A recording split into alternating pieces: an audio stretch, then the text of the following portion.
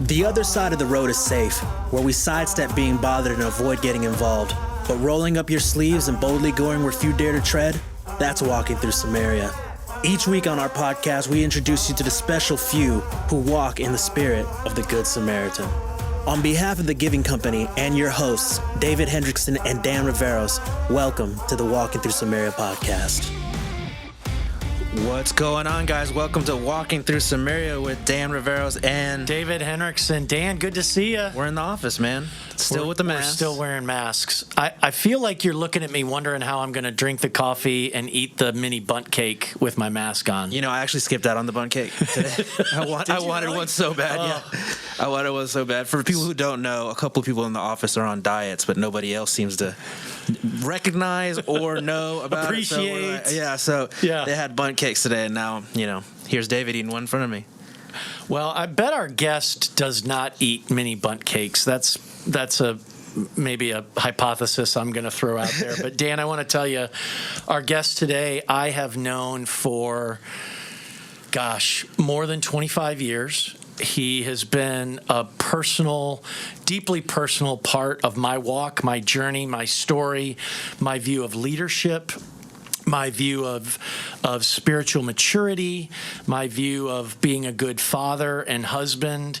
And I'm just so thrilled that he agreed to come on our Walking Through Samaria podcast, because he is the leader of an organization that, by its very nature, behaves like the Good Samaritan in the parable from Luke chapter 10 on a daily basis. I am really excited to welcome to the Walking Through Samaria podcast my good friend, Santiago Jimmy Mellado. Jimmy, welcome. Oh, man, it's so good to be with you, Dave, and been looking forward to this, and so appreciated our friendship over the years. I was thinking, wow, it's been 25 years. It has been 25 years. You and Rhonda and us and me and Leanne were in a small group together, and just, wow. I know. God's been faithful, but indeed. Life-giving to be with you for sure. Well, thank you. Well, thanks for the invite. Jimmy, if you don't mind, I've got a little bit of a bio here on you that I would like to go through, so that many of our listeners, I'm sure, know Jimmy Mellado, the president and CEO of Compassion. But you've just got such a great story and such a great history. So I'm going to read your bio, and then we're going to ask you a little bit about some of the details of that history. So here we go. Compassion President and Chief Executive Officer Santiago Jimmy Mellado has a deep love and passion for the beauty and potential of local churches fulfilling their Jesus-given mandate to redeem and restore this world for his name's sake. Born in El Salvador and raised in 7 different countries, Jimmy has experienced firsthand the powerful impact thriving local churches can have on their communities, especially in under-resourced environments. Compassion's church-based approach to delivering a holistic child development program resonates with Jimmy at a deep level. Prior to joining Compassion in June of 2013, Jimmy was president of the Willow Association, a global ministry completely dedicated to helping local churches thrive. During his 20-year tenure leading the WCA, worldwide ministry income grew from $2 million to more than $20 million, and membership grew from 860 churches to over 7,000 churches around the world. Jimmy was key in launching and hosting the Global Leadership Summit. The summit is an annual not-for-profit event created to address the dire need for excellent leadership training in local churches and other people-centered organizations around the world. By the time Jimmy completed his last summit in 2013, the event spanned 100 countries and reached an audience of 170,000 attendees with this valuable training. Jimmy's educational background includes graduating cum laude with a mechanical engineering degree from SMU in Dallas, Texas, and an MBA from the Harvard Business School. Jimmy was also a member of the 1983 Division I Indoor and Outdoor National Championship track team at SMU, where he competed in the decathlon and held the school record. Nice. After college, Jimmy went on to place 4th at the 1987 Pan American Games and 26th in the 1988 Seoul Olympic Games, competing for the country of his birth, El Salvador. Jimmy is married to wife Leanne. They have 3 adult children and 3 grandchildren. There it is, Jimmy Mellado. It is great to have you on the Walking Through Samaria podcast. Oh, man. David. Yeah, it makes me tired listening to How about that? Olympian. Yeah, so a Seoul cool. decathlete. Yeah, that's cool. So Jimmy, the gold medalist in the Olympic decathlon is the world's greatest athlete. Could you be SMU's greatest athlete? Would that be fair? Well, not since, because someone broke the record. At one point. Maybe second. There you go. Well, Records are made to be broken. Jimmy, as we've talked about, you and I met in the mid-1990s, and I haven't met them, but it says, your bio says you have 3 grandchildren. And Dan sort of picked you up on the video conference as we started this podcast, and I think we both want to ask you, what is your anti-aging secret? Oh, man. Well, I think I would say being married to Leanne. That's the right answer. That's a good answer. Wow. That's a good answer. Outstanding. I gotta have her listen to this recording. Well, you still work out a bit, I would think. You still run and exercise? I do. I try to keep in shape. I try to stay fit, not for athletic competitions right now, but so much of leadership is way more than time management. We hear a lot about time management, but just in life and leadership, it's way more about energy management. And I've found that that's good. Yeah. As I cease to be that fit, my energy wanes. Mm-hmm. And I love this cause that I'm a part of. I want to reach as many children as possible. And it needs energy. It needs my energy. It needs other people's energy. And I don't want to shortchange that. So staying fit for me is missional to what I'm feeling God has called me to do. The purpose is different, but some of the same principles and disciplines of running and staying fit, they're somewhat the same. Yeah, a little less for sure. Before. I can see the correlation, definitely. For sure. So, Jimmy, my co-host here, Dan, is from Colombia. You're from El Salvador. I seem to recall from our time together back doing ministry together in the 90s and 2000s, a couple things about your childhood. You moved a lot. I remember that being something sort of central to your story, and I remember your parents saying, regardless of where we go, we will always find people of kindred spirit, and we will be okay. And then I also, this is maybe a little suppositional, but I would think you got up close and personal with seeing poverty at an early age as well. Can you talk about your time growing up and what effect that had on you? Yeah, no, you've captured a lot of it well. My story actually starts with my mom's story. She was born in 1934, the daughter of migrant farmers on the USA-Mexico border. And she, at an early age, was taught how to keep a dirt floor clean. And she had one toy her entire adolescent years. Wow. What was interesting, though, is her home was filled with love and peace and joy. And she didn't actually know she was poor till she was more in her teenage years, when she was able to go into the city and see the difference. And but she was a real adventurer. Man, she had an adventuresome spirit. And she married a young man in that same area that also was quite the adventurer. They wanted to see the world. And so they got married. And they were the only child on either side, a family of 5 siblings on one and a family of 9 siblings on the other side. They were the only ones that actually left town when they got married. That's a lot of aunts and uncles, Jimmy. That is a lot of aunts and uncles.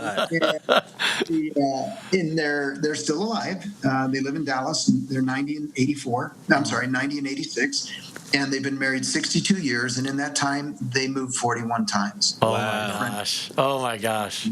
You mentioned a lot of moving. Well, man, was that the understatement. And I've been to 6 countries before I celebrated my first birthday. I grew up in 7, as you mentioned, 26 different houses, homes, townhomes, apartments, whatever. And even when we were in one country, we'd move multiple times. So usually that's not good for a kid to move around that much. But my childhood was very stable because of Jesus. My parents loved Jesus. The Jesusness in our family environment was stabilizing. My family was my first church. My family was my first small group. My upbringing very much involved connecting with those that were poor, and that was mainly because of my mother and the churches that we were a part of. Okay. Not because it was anything noble for her, but it was just normal. Yeah. This is what a Jesus follower does, and she resonated with them. And I remember one time they decided to go to church in literally the worst part of Managua, Nicaragua. Even the name of it sends chills down my back when it's called Riguero, Yeah. And it was not a good place. And there was a church there, and sometimes my dad would travel. My mom would take us and the 4 kids, and we'd go down there at night and be a part of church life and walk around the neighborhoods and serve the poor. And that was just normal. So I'm here in Compassion in large part because of my mom. Wow. So between like bouncing around in all those countries, how do you find time to work out, and how does that lead to competing on an Olympic level? So we were in Nicaragua, in Managua, in 1972 when the Munich Olympics were going on, and I'm telling you, I was mesmerized as a kid that summer. I was in between my 3rd and 4th grade, and if you recall, that was where the hijackers took some of the Israeli athletes and coaches. Team, yeah. 11 of them were killed, and Bruce Jenner was a decathlete there, and I believe he placed in the top 10. And I just got mesmerized by sports and athletics. In track in particular, I started organizing in recess little long jump competitions or high jump competitions. We'd use literally tree limbs for a bar, no mats, and but then later on, by the time I got to 6th grade, I was able to jump over my head, and eventually 13 inches over my head. And I just loved all of the events. And that's why the decathlon fit me, 10 different events, loved them all. And it fit. It fit my soul. And so that little 3rd grade dream, plus 16 years, plus some coaches and teammates that were amazing teammates in their specialty events, way better than me. And my older brother was the one that really paved the way for me to be more deeply involved in sports and track and field in particular. He was really fast. Wow. That's awesome. Yeah, that's cool. What's maybe your biggest memory from competing in Seoul in the 1988 Olympics? Well, and that one's clear. Immediately comes to my mind. It was the high jump, and out of the 42 athletes there that qualified, I placed 26th, but I was the second shortest in the whole group, and I won my group in the high jump. Oh wow! They split us up into 2 groups, and it came down to myself and the world record holder at the time, Daley Thompson, and both of us were dueling, and the bar was up, over 6'9". And we went back and forth, and thankfully I made it, and he missed, and so I won my group, and he came over, shook my hand, and said, "Great jump." And I've never won that hand since then. That's fantastic. That is fantastic. Yeah. Well, I am sort of taxing my memory here a little bit because this goes back to the mid '90s, but I seem to remember after you got your MBA at Harvard that there may have been a brief stint at Amoco, and Amoco was in, I think, downtown Chicago or maybe the suburbs. But other than that, Jimmy, all the time that I've known you, you have been in ministry. You have been leading cause-based initiatives that have had significant impact, particularly on a global basis. And my sense is you've had some affinity for reaching the globe and touching the globe and advancing the globe for good because of growing up. But I mean, a Harvard MBA, man, you could have investment banking and the .com era and all that. Is this what you thought would happen with your career if you could maybe dial back to your mindset as you graduated from Harvard? Well, I'll tell you, not exactly. But back at the Olympics, I went for an athletic experience of a lifetime, but I came home with a life calling to serve the church. Now, I know that sounds crazy, but here's how that happened. when I was there, I got to visit the world's largest church. The pastor came to the Olympic Village and he prayed over athletes, and I thought I needed all the prayer I could get, so I went to it. And then he invited us to, and we got to hear the story of the unbelievable church revival of South Korea. Started in South Korea, and how it transformed that country. And you look at North and South Korea, both started in the same devastated place right after the war. And South Korea is this amazing contributor to the world. And of course, North Korea is a threat to the world. Yeah. And a vibrant, growing church that went from a few percentage points of Jesus followers, percentage points in the population, to, like 26, 27% of the population following Jesus. And some of the world's largest churches are there. And I got to visit them. It was amazing. And I thought, to be a part of a movement like that. This is where it's at. Yeah. I felt like I was watching like Acts 2, but like in real time, not just what happened 2,000 years ago, but this is what happened in our time, and wanted to be a part of a movement like that. But I didn't know how. I didn't know. I wasn't necessarily drawn to be a pastor, so I was kind of wondering, well, how's that all going to work? And my dad, after the Olympics, had been encouraging me to be a part of, it had been encouraging me to invest in my leadership and get an MBA. And I, almost to humor him, applied to one school. And I figured, I'm going to apply. Well, why not Harvard? I'm not going to get accepted, so why not? So, but then I did get accepted. And so, and that was around the time, Dave, that I visited Willow Creek. Okay. And I saw in Willow Creek, this was like 5 months after the Olympics, and I saw the same Spirit of God moving in that community. And they were just growing so rapidly, reaching unchurched people they didn't care about Christ, the church. And they were coming to Christ in droves. And I saw very different expression, different setting, different country, language, all that, but the same Spirit.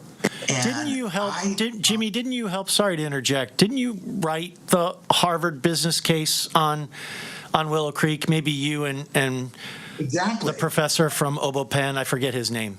Yeah, Len Schlesinger. Yeah, that's it. At Harvard, and because I had visited Willow Creek right before I got accepted to Harvard, I go there, and Peter Drucker wrote an article entitled "What Companies Could Learn from Nonprofits," and he highlighted 3 nonprofits: Girl Scouts under Frances Hesselbein, fantastic leader, the Red Cross, and Willow Creek. Wow. As organizations that companies could learn from. And Len Schlesinger couldn't understand why Peter Drucker would think any company could learn from a church. He heard that I'd been there. So he summons me to his office. I don't even know him. I wasn't even taking his class. And he says, tell me about Willow Creek. Tell me why Peter Drucker thinks a company could learn from this place. So I give him my best deal. And at the end, he goes, wow, what should we do with this? This is awesome. And I think God just planted that thought in my mind at that time to redirect the course of my life. Wow. And it was this thought, and I threw it out. I said, Len, why don't we do a case study on a church? You talk about the case study method being the central curriculum methodology of Harvard, and the whole point is to experience through case study method a variety of situations in companies and learn the same transferable principles. Well, what more different a setting than a church? This will really challenge students. And he said, that's a great idea, and I'll never get it approved.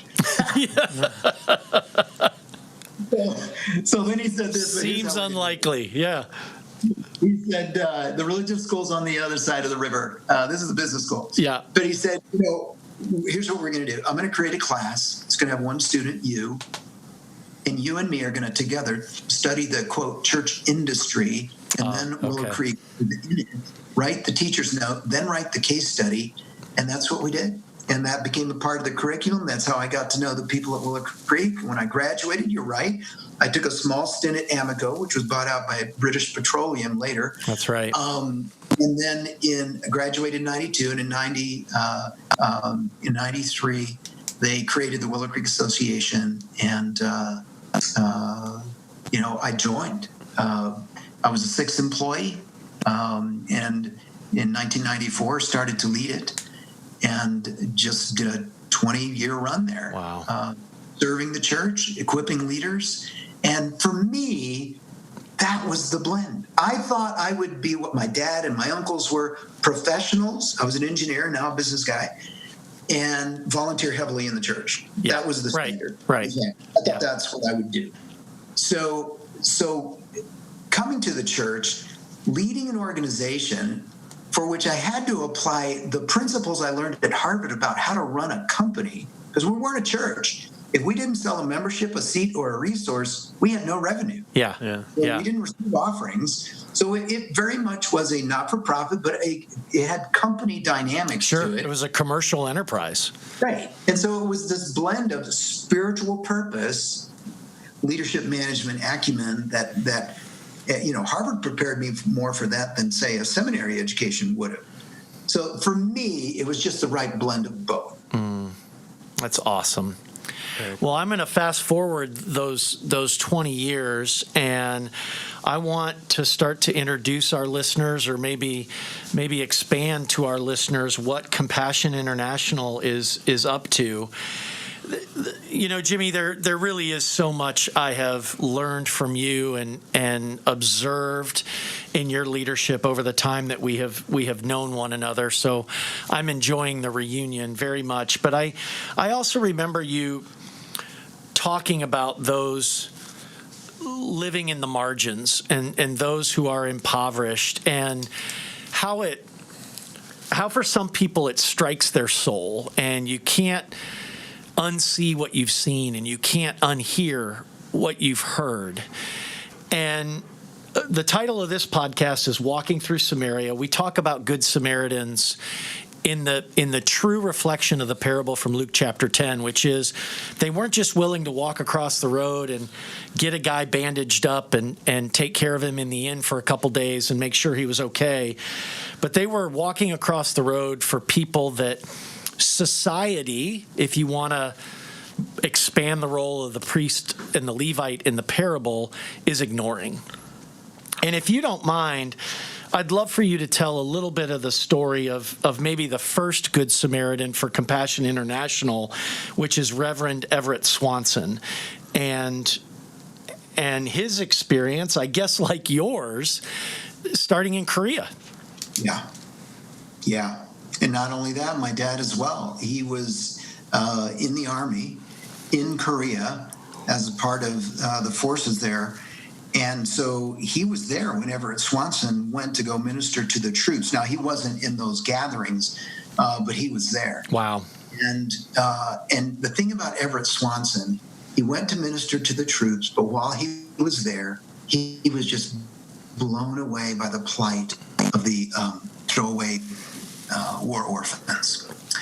And they were mixed-race orphans, so they were not accepted in Korea to have mixed race between the Korean and Americans. And so as he was going down the street one morning, he saw a person putting what he thought were laundry bundles into a cart to take away to clean the laundry.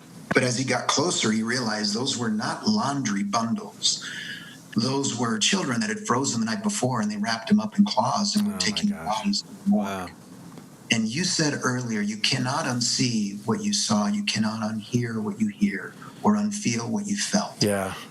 And that's what happened to Everett. And all the way back home on the plane, it was a propeller airplane, and it was like the props were ringing in his mind this phrase over and over again. What are you going to do? What are you going to do? What are you going to do? And by the time he got home, he said, I don't know exactly, but I got to do something. I got to do something, because nothing is not the right response. And so that's when Compassion started 68 years ago. Okay. So Korea has had an interesting intersection in my life and my dad's life and my calling. How about that? Yeah. Yeah. So he gets back from this tremendous thing that occurs, and roll the tape 68 years later, and we are now serving 2.2 million children in 25 countries in some of the most impoverished communities of the world. And I love that this podcast is called Walking Through Samaria, because in our environment, Dave, we don't call those we serve customers. That's what companies call people they sell to. And there's a wonderful place for that. I'm the customer of many companies, for sure. But for us, the children that we serve, the churches that we serve, the supporters that we serve, the workforce that we serve, they're not customers to us, they're neighbors. And we take that right from the scripture of the Good Samaritan. Yeah, that's good. We want to love God with all our heart, soul, mind, and strength, and love our neighbor as ourselves. We're going to love these children and churches and supporters and workforce in unconditional ways that are aligned with releasing children from poverty in Jesus' name, which is our mission. So neighbor culture, neighbor ethos is through and through. It's all the way through compassion. Yeah, love it. Yeah, that's awesome.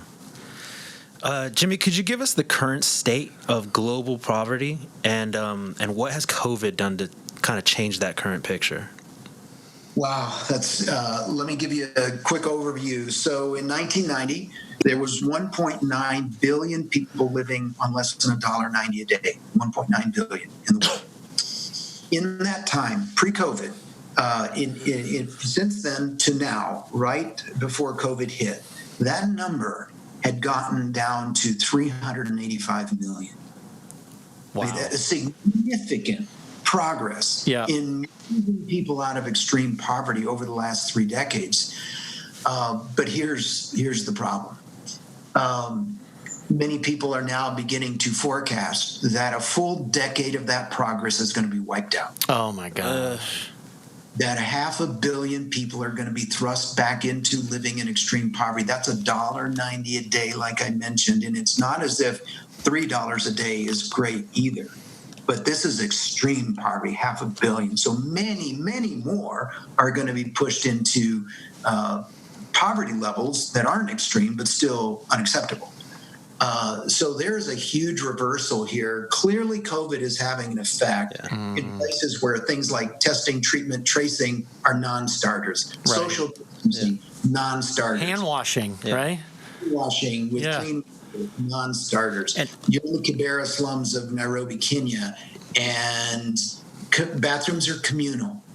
You can't shelter in place all day. Everybody has to go out every day, multiple times a day, just to use the bathroom.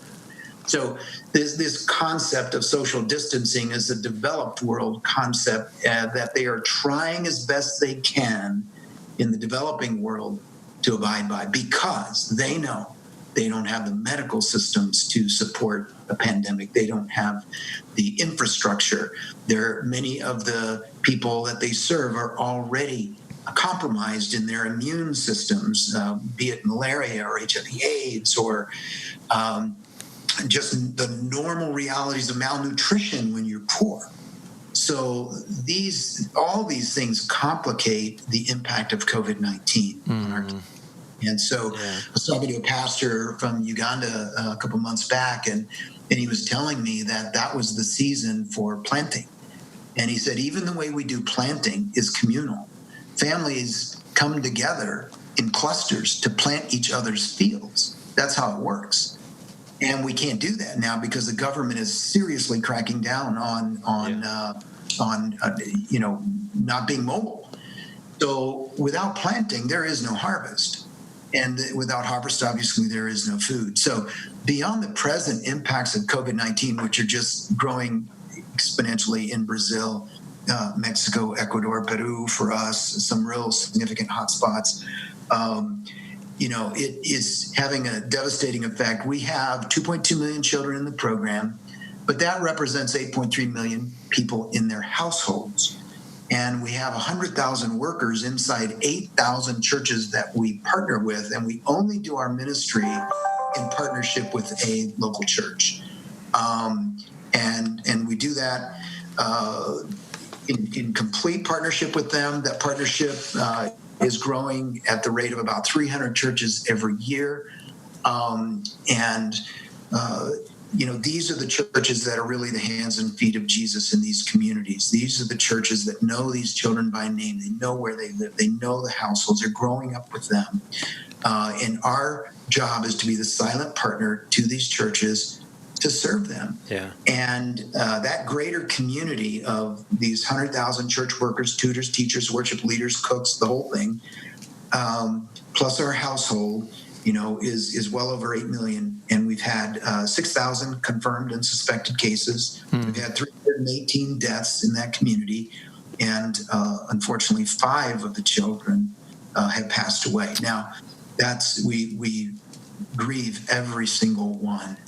But at the same time, we feel like it could be so much worse. Right. And these churches helping them with food and hygiene and child protection training and, keeping engaged, the church being the church with these families, we think is going a long way to keeping the disease from having its devastating primary effects and secondary effects around truly economic hardship and starvation. Right now, UNICEF is estimating 10,000 children are dying from COVID effects related to food insecurity, which means starvation. 10,000 children are dying from starvation because of COVID on a monthly basis. Wow. Every month. So these churches truly, beyond the incredible, eternal, amazing gift of providing eternal life as they connect people with Jesus, they're actually providing life-saving intervention in a very physical and tangible way today. Yeah. And these are just projections. I mean, because there's no cure. So as of now, so we don't know how big this could possibly get as we push forward, right? I mean, the world's just learning. We're learning new things, I guess, every week as far as what's preventing and what's not. So it's scary. Well, and you think of places like India, you think of places in Africa, Right. Even some places in Latin America as well. I was talking to our Nicaraguan leaders, and they were telling me that the numbers that you're getting publicly, don't believe them because it's worse on the ground. They're just not reporting them. They can't report them. Yeah. So some of these places, a lot of that is happening where they can't do testing, so they don't know the cases, and people are dying, but they don't know what they're dying of, and so just keeping track of all that is very, very difficult in the developing world. Yeah. Jimmy, in the time of Christ, there were so many people that were disenfranchised, and that's not even the right term to use for back in those days. I mean, when you think about the progress of poverty, I think I read somewhere, maybe on Compassion's website, that in the 1800s, that less than $1.90 a day sort of level, monetarily adjusted to that time frame, it would have been like 80%. And so the world has made a lot of progress. Back in Jesus' day, the poor and children were really the other for society. And one of the things that I love about Compassion is that really is what you all are all about, right? Is child-focused, I think, is one of your 3 chords. Serving the poor. How do you eliminate global poverty? Talk a little bit about that 3-chord strategy or approach or philosophy that Compassion has. Yeah, there are 3 foundational elements that form Compassion's ministry and inform Compassion's ministry. The first one is Christ-centered.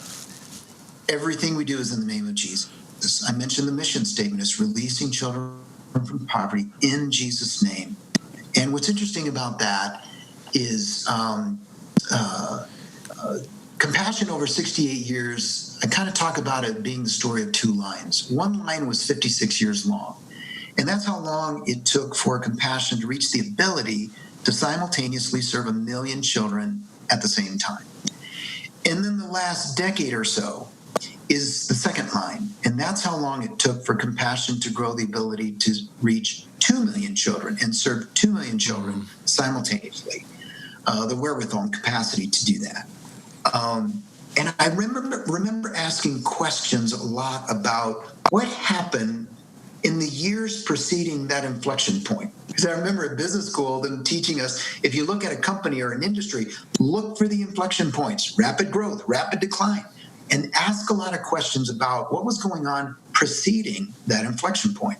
So it was a huge inflection point there in that period around 10, 11 years ago. And so I was asking Wes, who the former president, and other leaders about that. And they told me that these three things that you just mentioned, or that I'm about to mention, that you started to mention there, Dave, were when those got crystallized in that season, about 10 to 15 years ago. And that first one was Christ-centered. Now, it had always been Christ-centered from the beginning. But there was a consultant that came in and said, hey, guys, if you were to expand your market to caring people in general, you'd have a much bigger market. So tone the Jesus thing down. And if you tone the Jesus thing down, you'll be more palatable to more people. Well, there was such a visceral reaction inside of Compassion. They thanked the consultant, paid them, sent them on their way, and said, okay, we're going to do the opposite. Yeah. So that was the season of really doubling down on Jesus. And that's when the tagline, releasing children from poverty in Jesus' name, was created. And then some years ago, we made that the mission statement because it's so captured. That's good. What we were about. So that was a significant point where, again, always Christ-centered, but man, 10 to 15 years ago, that became locked into our mission statement. That there was such a powerful, we must keep this ministry Christ-centered, because there's a long history of ministries that start out Christ-centered and then they lose their way. And we didn't want that to happen to Compassion. So that was number one. Number two was church-based. That was the same season that we got really focused around only doing the ministry through a local church partnership. Yeah. We were doing ministry in partnership with schools, with denominations, with direct-to-street kid ministries, orphanages. These are all really good things to do. But we thought if there was one thing we were going to be good at, it would be building a relationship with an indigenous local church in a poor community, how to come alongside them in real developmental, mature, long-term ways, to be the silent partner to them, to support, to equip, to serve them, so they could be salt and light to their community, that hope on a hill, to provide salvation. And then that leads to our third area. So Christ-centered, church-based, and the last one was child-focused. And the strategy, if it was going to be Christ-centered and church-based, then the strategy needed to be the strategy that Jesus invented 2,000 years ago, the Great Commission, Great Commandment. Yeah. Discipleship was the most effective way, one life at a time, to release them from all forms of poverty, including economic poverty, in Jesus' name. So it would be a holistic discipleship strategy that addressed the spiritual needs, to connect and allow children and youth to understand that there's love in this world and it came from Jesus and it is for them.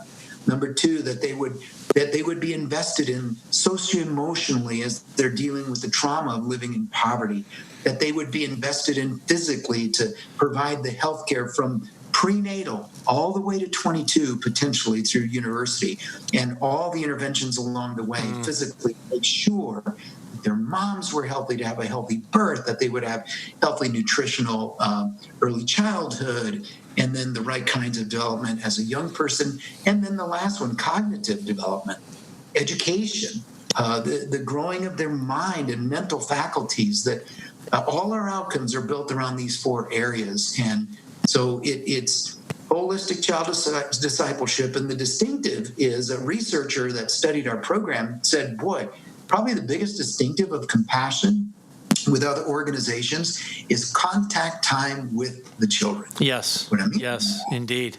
Is when they looked at how relationally intensive discipleship was over the lifespan of the child, and the average child stays in the program 11 years. So in that 11 years, on average, there's about 4,000 hours of direct relational contact inside the confines of a loving local church during the most at-risk years of that child or youth's life. It's discipleship. And so it's so relationally intensive because that's what discipleship is. It's one-on-one. You know this. We all know this. Yeah. Development happens in the context of relationship. And Relationship matters. That's really That's right. central to compassion strategy in the context of the church, in the context of Christ-centeredness. So thanks for letting me unpack each of those just a little bit That's more. good. You know, on this podcast, Jimmy, we have talked about refugees, orphans, sex trafficking, LGBTQ issues, immigration. I mean, we have tackled a lot of topics and just had the pleasure of interacting with Good Samaritans and organizations of Good Samaritans. And I think sometimes Dan and I might come off a little bit harsh because in many of those cases, if the local church would get in the game, would engage and be a part of the problem solving and the relationship creation, I just think that the light on the hill, the city on the hill, would be easier to see. It would be brighter. And yet, you know, at Compassion International, you are church-based. I think you said 9,000 churches, is that right? Helping you serve 8,000 churches. 8,000, serving 2.2 million children. So in Compassion's case, the church is very involved. If you were to look around the world, even in the U.S., there's over 400,000 churches. What you probably have maybe a little bit more balanced perspective on this than Danny and I do. What would your message be to the Western church about what role they could play in eradicating global poverty? Wow. Well, let me give you a few numbers to paint the picture. Right now, I mentioned that there's 385 million living in poverty, extreme poverty, less than $1.90 a day. That's a big number, 385 million. COVID probably is going to add another 500 million. So let's say, who knows, 600 or 800 million, big number. And you go, oh my goodness, it's just overwhelming. And Compassion serving 2.2 million children, while I celebrate that, I go, there's so much more to do. Jesus set the bar that I wish that none should perish. Jesus is the one that set the bar, let the children come unto me. Right. He's the one that said, true religion, serve the widows, the orphans, the outcasts, the marginalized. Jesus was the one that said that. So then you go, well, wow, not only that, he said, go into all the world and make disciples of all the nations, not just some of them. Right. 10% of them. And hey, that's good. He said, all the nations. And so we set the bar at 100%. So then you look at our particular part of that, and that's to reach the children living in these extreme poverty situations. And we go, wow, that is a massive number. But let me share another number. Best we can tell, there are 600 million evangelical Jesus followers in the world. And probably 150 million of them, we know, live in the well-resourced world and would live in the top 5% of wealth in the world. When we look at the kind of people that we believe have some level of affinity with Compassion's ministry, that number is 187 million. And most of them are in the well-resourced world. So the church alone can, in fact, meet the need. Now, we want to mobilize the whole world to help meet the need, but the church, with the resources that are in the church, the amount of Jesus followers that are in the church alone could, in fact, meet the need. And many people say, well, Compassion's a large organization. I said, absolutely not. I beg to differ. You don't compare the size to other organizations. You compare it to the size of the problem you've been called to reach. Yeah. 2.2 million. And the greater context, is probably 600 million, 800 million soon of people that are going to live in extreme poverty. At 2.2 million, you could hardly even say that we're massively relevant to the global issue of poverty. And so I think part of my calling in being a bridge builder, in growing up a third culture kid in all these different countries, growing up in the under-resourced world, living a lot of my adult life in the well-resourced world, is to build a bigger, stronger, wider, more robust bridge to connect the under and well-resourced world church. And I'll never forget a conference I went to, again, in South Korea. And we were meeting with over 100 church leaders and their teams at a conference. And this conference was all about them believing in faith that North Korea someday is going to open up to the gospel. And they want to be ready. And they want to partner with compassion to earn trust and build child survival programs first, build trust with the pregnant moms, serve the prenatal kids in the pregnancies, and then out of that, build child development centers, out of that, plant churches. And so all we're hearing about how these amazing churches in the South were going to go into the North and really bring the gospel to the North and essentially kind of bring salvation to the North. And at the end of the conference, this elderly gentleman that remembers pre-Korean War days, he said, I know we've been saying how we're going to bring salvation to the North. I get that. I understand what we're trying to do there. But I beg to differ. Because I think we've lost our way in the South. Our churches have become the most successful. We have elevators, the wealthiest. And Yeah. Big. we are less than 5% of our 20-somethings are even interested or attending church at all. We're not reaching the next generation in our own country. For all the effective churches we have, we're not making the leap to the next generation. We're not providing salvation to the next generation in our own context. And he said this, I think serving our brothers and sisters to the North will be just the balm that we need to save the church in the South. Wow. We've lost our way, and we've become comfortable and successful. And I think that's such a picture between the church in the West and the Global South church, where there's so much vibrancy there. It's not so much the church in the West going to help the needy church in the South. Frankly, all churches are at risk, some because of poverty, some because of plenty. And I think we heal ourselves, just as occurs in a discipleship relationship between two people. Both are healed, the one being discipled and the discipling. And I think as we give, of course, we give. And very much so, the Church of the South has ways to disciple the Church of the North, and the Church of the West, actually. Because when I go visit these churches in the South, boy, are they rich in joy, and they're rich in commitment, and they're rich in sacrifice, they're rich in cause, they're rich in total commitment toward what the movement of Jesus Christ in their midst. They're rich in sharing in ways that the Western church is not rich in. But the Western church is rich in other ways. And again, this is where I think if we can build that connection, we'll heal each other. Yeah. Well, Jimmy, before we got started, you mentioned to me and David about the Fill the Stadium campaign. We'd love to maybe fill in the users or listeners about that. Oh, man, thanks for that, Dan. Here's where that came. At the beginning of the COVID season, back in February, March, when that was all starting to intensify, we had some professional athletes that we were in conversation with, and they were saying, hey, what's, the effect of COVID? And we said, well, in January, February, we really ramped up registration of children in our programs all around the world. And we did that because our spring season and early summer are a lot of events that we host in churches and in Christian concerts and Christian conferences where we cast the vision for sponsoring a child. And because of COVID, 1,200 events were canceled. So the amount of children that we estimate did not receive a sponsor was 70,000 in the spring. 70,000 kids did not get a sponsor because of COVID-19, and yet they were registered in the program.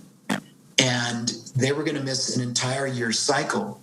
And that created quite a dilemma for us that actually wasn't that big of a dilemma because we had to ask the question, well, do we unregister the kids? We don't have the resources. We don't have the sponsors to support the cost of keeping them in the program. And we very quickly said, no, we are not unregistering a single child. child, we are not unregistering a single family. We are going to continue to keep them in the program at getting the ministry and the services like any other child that is sponsored. And we're going to trust the Lord for the $35 to $40 million that represents. And we made that commitment. And these athletes said, wow, the average size of an NFL stadium is 70,000. And we're not filling those stadiums right now. That's right. That's right. And they said, but this is a stadium that cannot go unfilled. We need to provide for every one of those 70,000 children, frankly, and their households, which many people. And we need to provide the resources and to care for that family for 1 year. Because they said, Compassion, we're confident you'll find long-term sponsors for them, and we will. We will. Yeah. In time, we'll find sponsors for them. But in this gap year, when they miss the cycle to get a sponsor, we need to care for them and resource them. And so it takes $500 for 1 year of care for that child and their family and their household, $500 for a seat.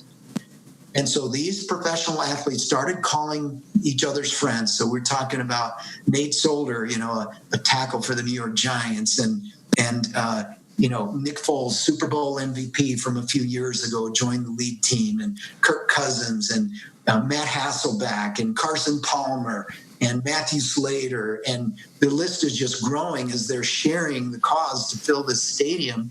And to this point, we have over 30 families that have committed about $7.5 million, which provides for, about 22% of the stadium filled. And what they want to do as football season starts in the fall is they want to get as many professional athlete families to lead the way so that their fans and others would fill the rest of the stadium, that they would have college teams and high school teams, be it a volleyball team or a basketball team or a classroom, own one family. Yeah. So we're going to provide for one family for a year during this COVID season, which is at their doorstep wanting to wreak havoc.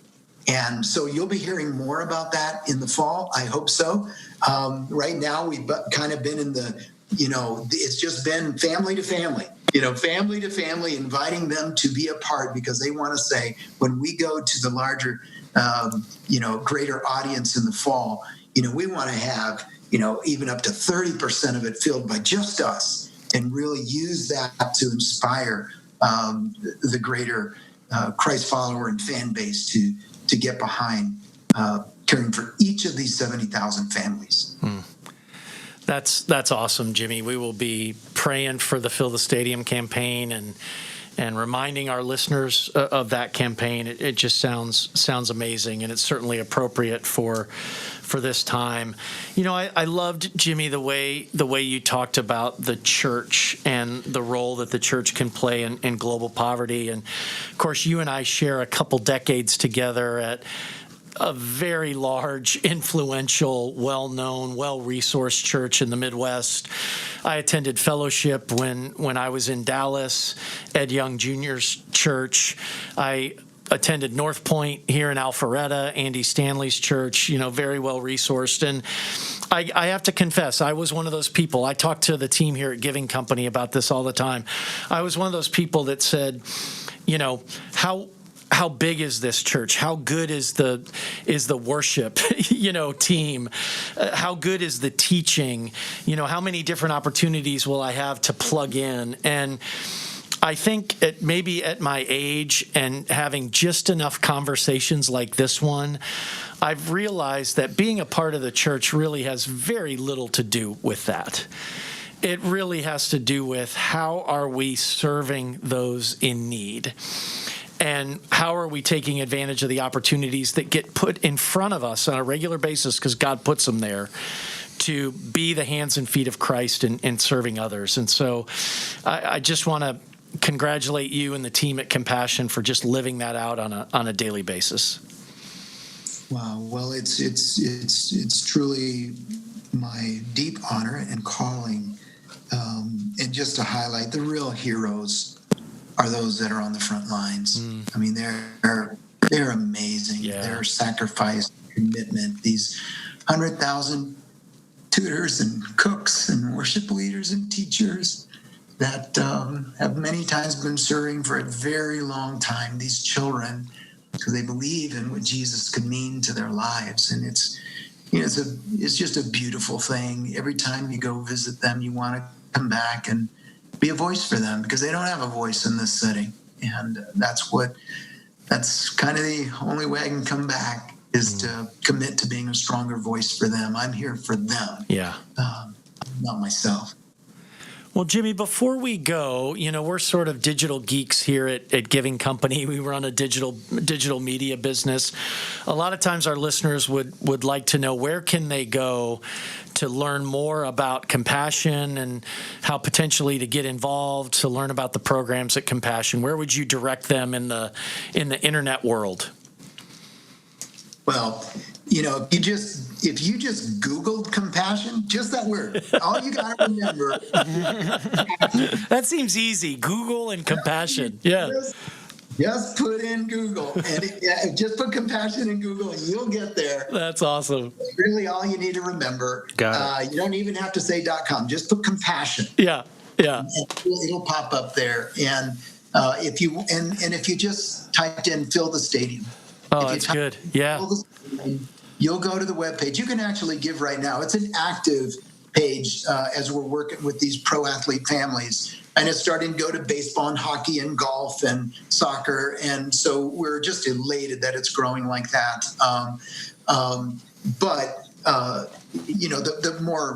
The greater public phase will happen a little bit later. But if you wanted to get a head start and be a part of the initial lead gifts of the lead families in the more private phase, then go to Fill the Stadium, and you'll get information on that front.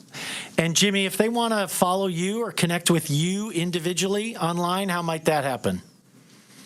Yeah, you can go to @Jim Mellado on Twitter. You can follow me on Facebook as well. If you just Google my name, Jimmy Mellado, and those opportunities would pop up. And I'd love to have you follow me on Twitter and Facebook, where it's my way to connect and communicate what's happening on the front lines, increasingly so, to a greater audience. So I'd love to have you come and join me there. That's awesome. Well, Jimmy, we are going to wind down here, and I'm going to ask you sort of one final question. First of all, I want you to give my best and my love to Leanne and Busy and Esther and Davy. They probably don't go by those names anymore now that they're grown adults, but that's how I remember them when they were kids. Your story of from Latin America to SMU to the Seoul Olympics to Harvard Business School, and deciding that your life was going to be about serving the church and making sure that the church was doing its appropriate role in the world of reaching people, particularly those that are in need, impoverished, and ignored, like the Good Samaritan did. I'm just so thankful that our paths crossed back in, I think it was 1994 in Barrington, Illinois. So with that, Jimmy, since that time, you have been somebody that I have just considered one of the very best mentors and examples that I could have personally of a leader and a father and a husband and a Christian and a Good Samaritan and a believer. So I'm wondering if there isn't some nugget, some sort of advice or encouragement or guiding principle, leadership principle that you might be willing to share with our listeners as we close, that has made a big difference in your life, or that is something that you abide by, that they could sort of take and make their own and appreciate. Well, thanks, Dave. I really appreciate, Dan, the opportunity to connect with your listening audience, and also pass my love on to Rhonda and the family as well. Love you guys, and miss you. Wish our lives intersected more. Agreed. Agreed. I want to end where we started, and that's the story of the Good Samaritan, walking through Samaria. And what's very interesting about that, because, I told you early on that in the ethos of compassion, it's serving our neighbor, serving our supporter neighbor and a child neighbor, youth neighbor, church neighbor, all that. And that's just very, very core to who we are. But here's what's interesting about the story of the Good Samaritan. When the person came to ask Jesus, what must I do, to inherit eternal life and to, be the kind of person that I need to be? And Jesus told him the story of the Good Samaritan. And the thing is, the question was, what do I need to do? What do I need to do? And Jesus changed. He actually never answered that question. He changed the question and he said, who was the Good Samaritan? He didn't say which of the three did the most. He didn't even talk about, what each of the people that walked by the person that got beat up. He said, who was the neighbor? And so I think our focus needs to be clearly on becoming that kind of good neighbor that would see the need, meet the need. Instead of having a list of to-dos, I'm going to go do this, and I'm going to go do that, and I'm going to do that. Instead of focusing on your to-do list, focus on your becoming list. Yeah. Are you becoming that good neighbor? And all of your doing needs to flow out of becoming. Because if the doing doesn't flow out of the becoming, it's worthless. 1 Corinthians 13 tells us that. And so I find that when I focus on the to-do list much more than the become list, I begin to be tempted to cut corners on who I'm becoming in Christ. I begin to cut corners on my soul. And as a leader, especially a leader of a ministry that has a precious cause, sometimes it's easy to make doing the cause my God, because it's so precious. It's a precious cause, no doubt. But even if I put a precious cause as the God in my life, that's not good enough. That's not what Jesus wants. He wants us to be in relationship with him, and then that what we do for him flows out of who we are in him. Yeah. So I just want to leave you with the fact that the most important contribution you'll make to the kingdom of heaven isn't what you do, but the person you're becoming. And that in becoming the person God wants you to become, you, of course, will do those things, but they'll be fruit of the person you're becoming than human-driven. That's good. outstanding. Yeah. Dan, I want you to know all my friends are Ivy League, MBAs, and Olympic And Olympians? athletes. Yeah. I mean, yeah. Yeah, I can't So- top it. I don't have many friends like that. I can't top it. One. I got one. Yeah.